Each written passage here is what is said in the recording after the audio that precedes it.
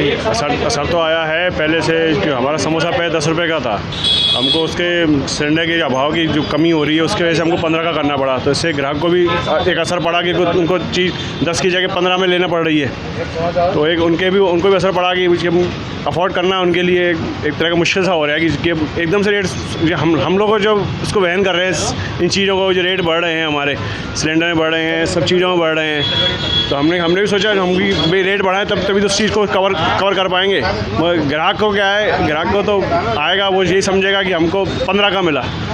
जो चीज़ वो सोच के आ रहा है कि नहीं यार अब 10 का ही खाऊंगा मैं, अब उसको 15 का मिला तो असर तो पड़ेगा ही।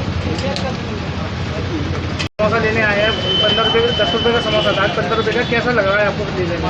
नहीं, इनका तो पहले से ही प्राइस कम था, पूरे मार्केट में 15 रुपये का था, इनका 10 से 15 हो गया है। तो गैस कीमतें बढ़ी हैं तो स्वाभाविक है इनकी भी रोजी रोटी है। तो आपकी जेब पे कितना असर आया है? लग रहा है आपको 15 रुपये का समोसा? 25% तो असर आया ही है। ईस्ट एशिया की जो परिस्थितियां हैं उसके तहत भारत सरकार ने ये निर्णय लिया और सभी स्टेट्स को और डिस्ट्रिक्ट्स को कम्युनिकेट किया गया है कि जो हमारी एलपीजी की आपूर्ति है उसमें प्रायोरिटी डोमेस्टिक सिलेंडर्स को हमको देना है।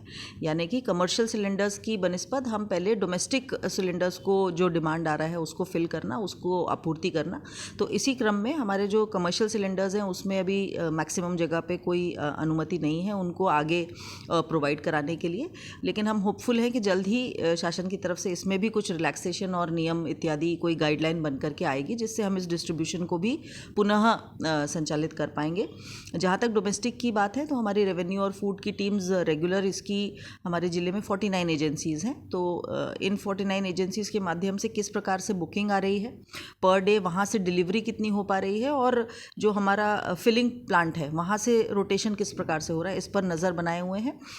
और साथ ही आप लोगों के माध्यम से भी ये जानकारी मिल सके उसके लिए एक हेल्पलाइन नंबर शेयर किया है जो कि डोमेस्टिक सिलेंडर्स के अगर अवैध रूप से और भंडारण करते हैं और वहाँ से रीफिलिंग इत्यादि की कार्रवाई करने का प्रयास करते हैं तो उनके ऊपर भी बहुत स्ट्रिक्ट कार्रवाई करने के निर्देश दिए गए हैं। शासन की ओर से जो योजनाएं चल रही हैं, दीनदयाल रसोई योजना जैसी कई योजनाएं हैं, उस पर किस तरीके से? बिल्कुल, अभी शासन ने रिसेंटली हम लोगों से एक जानकारी कलेक्ट करी है और सभी ज़िलों से कलेक्ट करी है। तो ऐसे प्रायोरिटी सेक्टर्स जो कि हमें अभी वर्तमान में वहाँ कमर्शियल सिलेंडर्स जाते हैं लेकिन ये आपूर्ति नहीं हो पाने के बाद से भी वो एक लार्जर स्केल पब्लिक को इफ़ेक्ट करता है। जैसे कि हमारे हॉस्पिटल्स की मेसेज हैं, हॉस्टल और हॉस्टल्स चाहे वो स्कूल के हों या कॉलेजेस के हों, पब्लिक प्लेसेस जैसे कि रेलवे स्टेशन की IRCTC की कैंटीन हो गई, बस स्टैंड इत्यादि पे हमारी दीनदयाल की रसोइयाँ होती है वो चलती हैं, उससे कई लोग खाना खाते हैं।